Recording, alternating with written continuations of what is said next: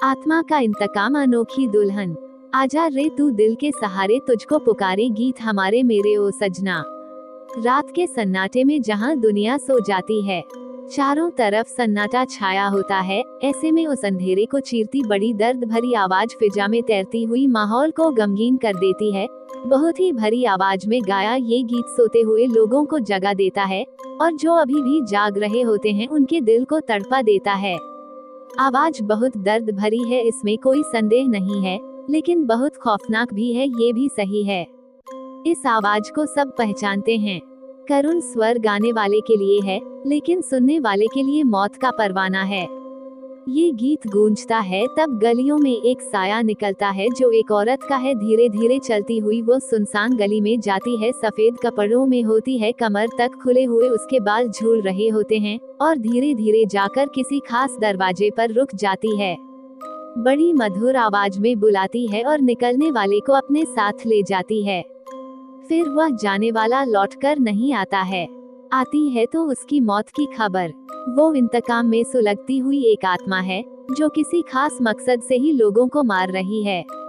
वह एक खौफनाक चुड़ैल है, लेकिन सोचने वाली बात है कि वो लड़कियों या औरतों के साथ ऐसा नहीं करती। उसका शिकार सिर्फ मर्द ही बनते हैं, वो केवल मर्दों के साथ ही ऐसा करती है। तो उन्हीं के साथ ऐसा क्यों करती है? ऐसा क्या हुआ उसके साथ ऐसा क्यों कर रही है? पूरे शहर में आतंक फैला हुआ है। लोग कहते हैं कि उसका एक मिशन है।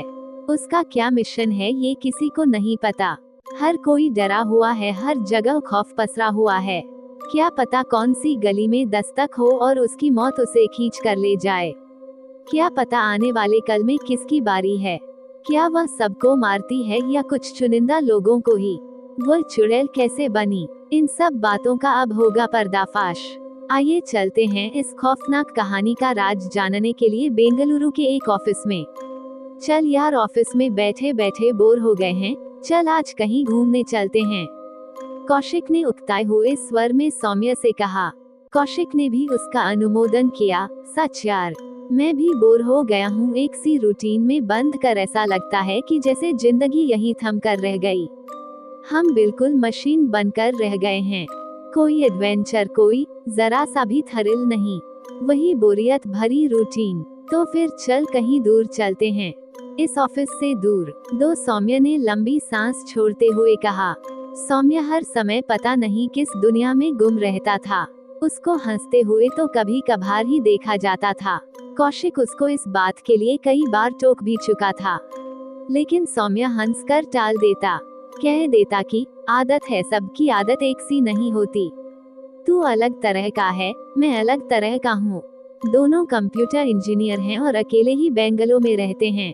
कौशिक दिल्ली में रहता था, उसके पेरेंट्स भाई बहन भी वहीं थे। बीटेक करने में के बाद उसका प्लेसमेंट बेंगलुरु में एक मल्टीनेशनल कंपनी में हुआ था। मैं पहले तो यहाँ भेजने के लिए उसके घर वालों ने आनाकानी की, लेकिन अच्छी जॉब होने के कारण कौशिक ने कह दिया कि वह जाएगा। पहले पहले जब वह आया तो अकेला था, हिचकिचा रहा था। उसे याद आया अब इसमें उसका पहला दिन बहुत तनाव से भरा था। वह सोच रहा था कि कैसे एडजस्ट करेगा, कैसा लगेगा नया शहर, नया परिवेश, नया माहौल। लेकिन पहले ही दिन उसकी जान पहचान उसके ही जैसे सौम्य से हो गई। पर वह भी कंप्यूटर इंजीनियर था, वह भी दिल्ली से ही आया था। सौम्य के डैडी दिल्ली पुलिस में इंस्पेक्टर थे, ये सभी राजेंद्र नगर के रहने वाले थे। उसकी ऑफिस में ही सौम्य से मुलाकात हुई थी। वह भी नया आया था। पहले तो दोनों अलग अलग रूम लेने को थे, लेकिन फिर सोचा कि दोनों मिलकर लेते हैं। उन्होंने तुलसी धाम सोसाइटी में चौथी फ्लोर पर फ्लैट ले लिया। वे बड़े आराम से रह रहे थे, इनकम खूब अच्छी थी, इसलिए घर भेजकर भी काफी मौज से कटती थी। अभी शादी दोनों लोगों की नहीं हुई थी। बागों के शहर के नाम से मशहूर बेंगलुरु वैसे भी बहुत खूबसूरत जगह है। जब उन्होंने मूड बना ही लिया तो फिर दूसरे दिन छुट्टी ले ली और वे निकल पड़े शहर की भीड़ भाड़ से दूर। पहली बार दोनों साथ घूमने निकले थे, इसलिए दोनों ने आपस में बातें भी खूब की थीं। सौम्य वैसे तो कम बोलता था, लेकिन आज बाहर निकलकर थोड़ा खुल गया था, और अब दोनों के बीच मैं उतना अजनबीपन भी नहीं रहा था। इस समय दोनों खूबसूरत पहाड़ी जगह पर थे। आज कौशिक और सौम्य खूब घूमे थे। वे दोनों अभी सूर्यास्त का दृश्य देख रहे थे। सूर्य ढलता हुआ भी इतना खूबसूरत लगता है, यह उन्होंने आज जाना था। कहाँ मौका मिलता है नेचर के पास जाने का। इस समय वे जिस जगह पर बैठे थे उसका नाम था सावनदुर्ग। छोटी छोटी ढलान वाली पहाड़ियाँ फूलों से और विभिन्न वनस्पतियों से ढकी हुई उन्हें जैसे चुंबकीय आकर्षण से बांधे थीं। शरद प्रकृति के उस खुले सौंदर्य को टकटकी लगाए देख रहा था। ऐसे ही समय में अचानक कौशिक के मन में एक सवाल आया, यार एक बात पूछना चाहता हूँ। उद्धरण चिन्ह क्या? सौम्य ने प्रश्नवाचक नजर उठाकर कौशिक के चेहरे पर टिका दी। यही कि तूने अपनी लाइफ के बारे में क्या सोचा है? कौशिक मजाक मजाक में उसके बारे में जानना चाहता था कि आखिर क्या बात है जो यह इतना उदास रहता है। कुछ तो बात है ही। मैंने कुछ भी नहीं सोचा, सौम्य ने उदास स्वर में कहा। तो एक बात बता यार कुरेदा, तू इतना उदास क्यों रहता है? कौशिक ने उसको, कुछ नहीं बस ऐसे ही। सौम्य अभी इतना खुलने को तैयार नहीं था। अच्छा बता, मुझसे मत छिपा, क्या तेरा कहीं कुछ चक्कर वक्कर तो नहीं था? अगर ऐसा हो तो भी मामला सब सेटल हो सकता है। तो तू जॉब कर रहा है अब? तू तो खाली भी नहीं है, या तुझे कोई धोखा देकर चला गया जो तू ऐसे मुंह बिसूरता रहता है? कौशिक भी जैसे आज उसके बारे में सब कुछ जान लेने की ठाने हुए था और वह सौम्य को छोड़ ही नहीं रहा था। कुछ भी नहीं यार, कुछ नहीं। सौम्य छोटी छोटी कंकड़ियों को दूर फेंकते हुए बोला। तू अपने बारे में बता। मैं अपने बारे में क्या बताऊं? कौशिक बोला, मैं तो जरा शायराना अंदाज का हूँ। अभी तक मेरे मन की गर्लफ्रेंड भी तो नहीं मिली। आज के इस युग में मजाक में भी कोई कहे कि मेरी कोई गर्लफ्रेंड अभी तक नहीं रही है तो बोल, कौन मानेगा? तू तो जैसे विश्वामित्र है। अब सौम्य को हंसी आ गई थी। 11 नहीं सच्ची यार, अपने कान पकड़ते हुए कौशिक ने कहा। तोबा तोबा, मैं कभी फ्लर्ट करने के मामलों में नहीं रहा। मेरी तो इमेज अच्छी रही है।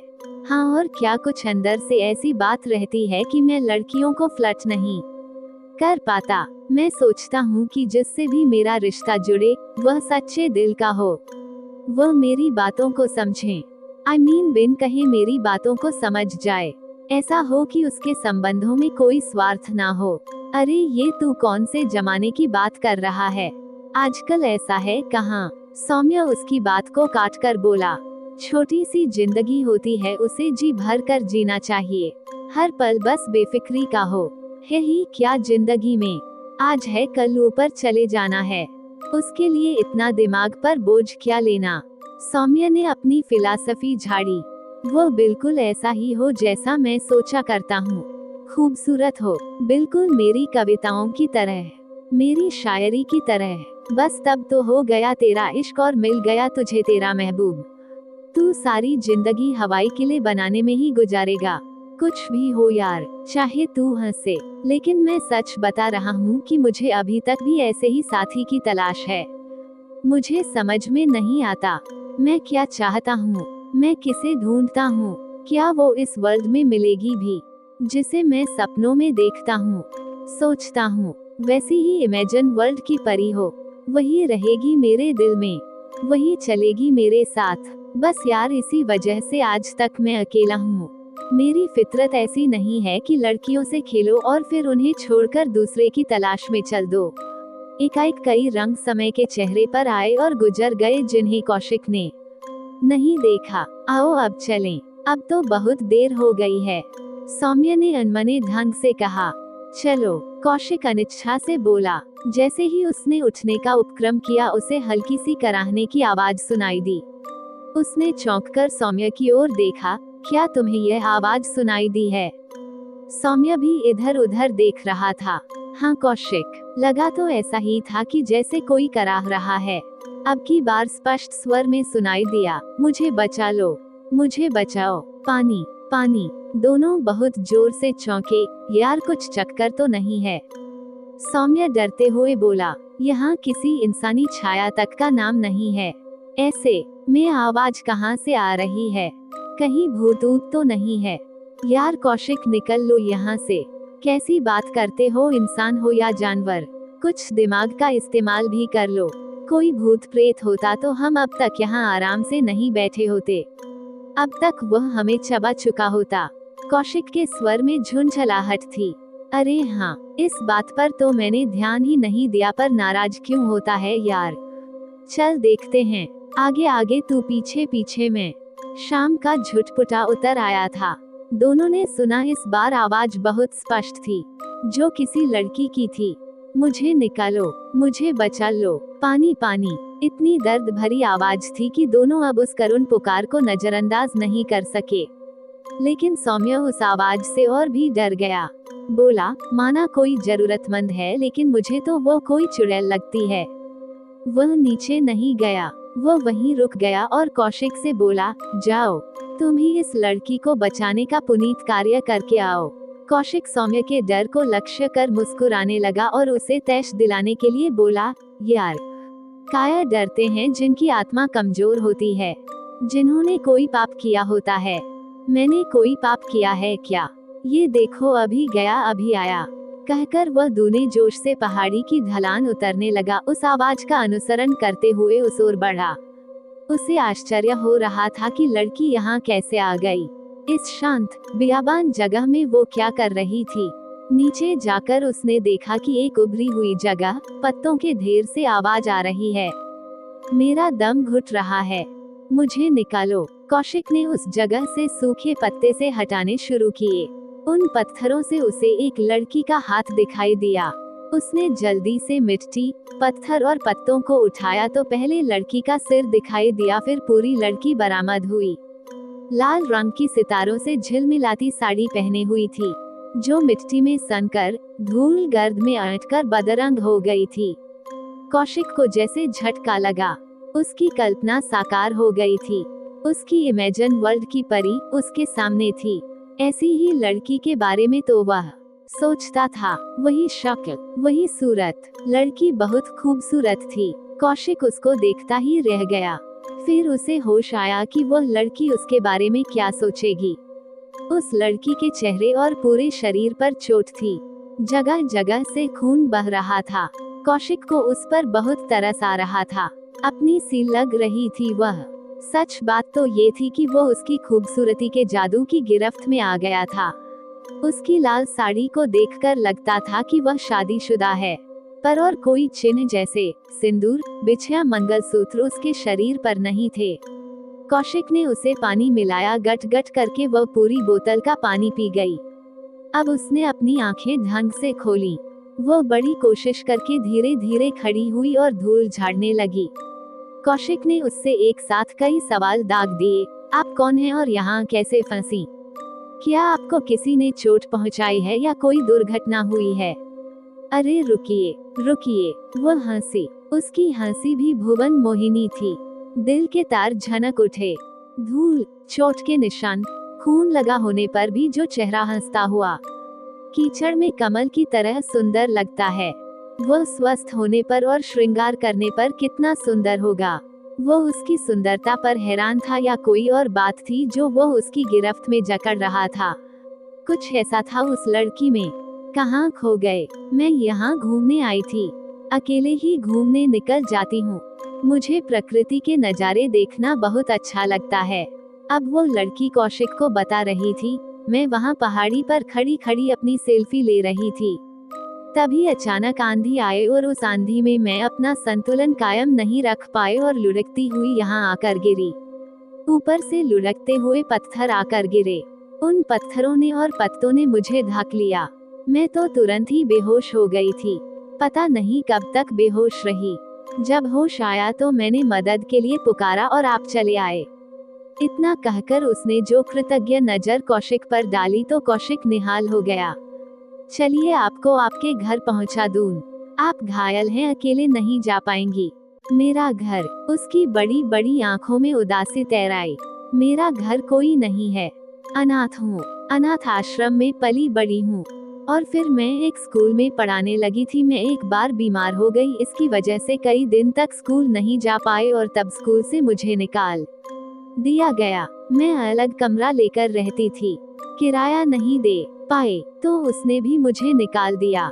मुझ अकेली लड़की पर उसकी नीयत ही खराब थी, इसीलिए मैंने उसका घर छोड़ने में ही भलाई समझी। आप मुझे अपने यहाँ ले चलिए, आपका काम कर दिया करूँगी, खाना झाड़ू पोछा सब करूँगी। यदि ये कहानी आपको पसंद आई हो तो अपने दोस्तों और अन्य लोगों के साथ शेयर जरूर करिएगा।